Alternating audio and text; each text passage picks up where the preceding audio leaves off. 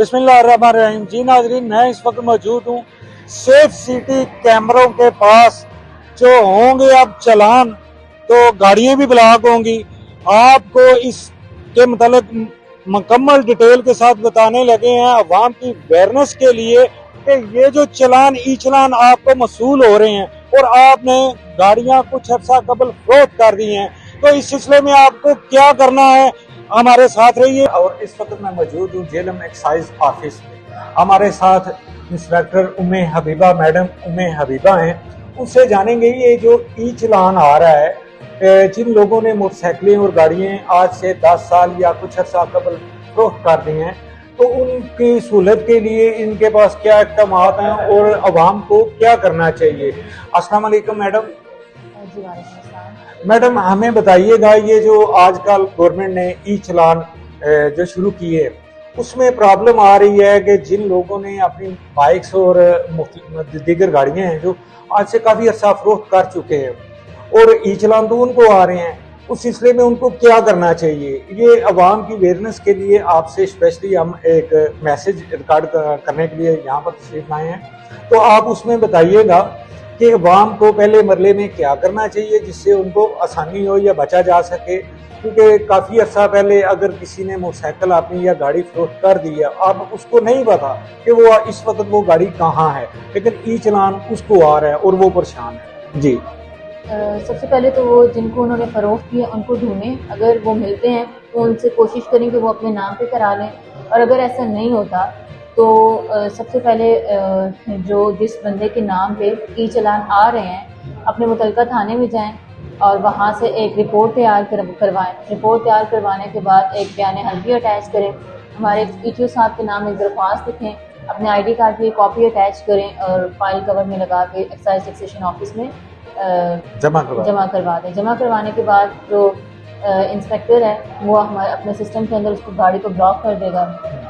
तो उसके बाद जहाँ पर भी वो बाइक या गाड़ी चल रही होगी, जब कैमरास में डिटेक्ट नहीं होगा कि ये इसका क्या सिस्टम है, क्या सीन है, तो उसके बाद जब उनको उस बंदे को पकड़ा जाएगा कि ये ब्लॉक है और आप लोग इसको यूज़ कर रहे हैं, सिस्टम में जब ब्लॉक कर दिया जाएगा और जब जिस बंदे को गाड़ी फरोख्त कर दी गई है जब वो गाड़ी इस्तेमाल करेगा और कैमरे के अंदर कोई डाटा डिटेक्ट नहीं होगा तो उसके बाद उसको पकड़ा जाएगा। जिसके बाद वो जब उसको पता चलेगा कि जो गाड़ी मेरे इस्तेमाल के अंदर है उसको ब्लॉक कर दिया गया है, तो उसके बाद वो खुद इस चीज़ की कोशिश करेगा कि जो इसका ऑनर है, फर्स्ट ऑनर है, जिसके नाम पे ये गाड़ी रजिस्टर्ड है या मोटरसाइकिल रजिस्टर्ड है, ये उसके पास उसको ढूंढने की कोशिश करेगा, उसके साथ राब्ता करवाएगा और अपने नाम पे गाड़ी ट्रांसफर करवाने की कोशिश करेगा। 10 साल पहले 5 साल पहले फरोख्त कर दिया, अब वो काफ़ी आगे उससे आगे कहीं फरोख्त होती रही है।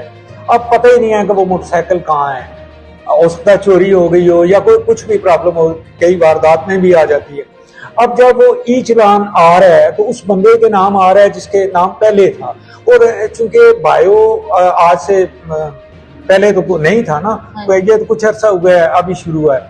इस सिलसिले में उस बंदे को तो परेशानी लायक है ना, क्योंकि अब उसने तो उसको भी आपने बता दिया कि आपने सबसे पहले ये प्रोसेस करना है कि आपने थाने में जाना है, अपने मुतल्लिका थाने में, ऐसे ही है, आपने थाने में जाना है, वहां पर उसकी FIR करवानी है, उसके बाद एक स्टाम्प रिपोर्ट करवानी है, रिपोर्ट करवाने के बाद आपने एक बयान हल्फी लेना है, बयान हल्फी के साथ आपने ये कॉपी लगाकर आपके पास जमा करवानी है। अब सवाल ये है कि उस बंदे का पता नहीं है कि अब किसके पास है, वो आ गया आपके पास, इसके बाद क्या प्रोसेस होगा। जब एक जो डॉक्यूमेंट्स रिक्वायर्ड हैं हमारे एक्साइज ऑफिस में वो सबमिट करवा दिए जाते हैं, तो जो इंस्पेक्टर है वो इस फाइल को ब्लॉक कर देगा, सिंपल। उसके बाद वो कहीं भी गाड़ी पुलिस को मिलती है, पुलिस उसको पकड़ लेगी, यही है ना, ब्लॉक हो जाएगी।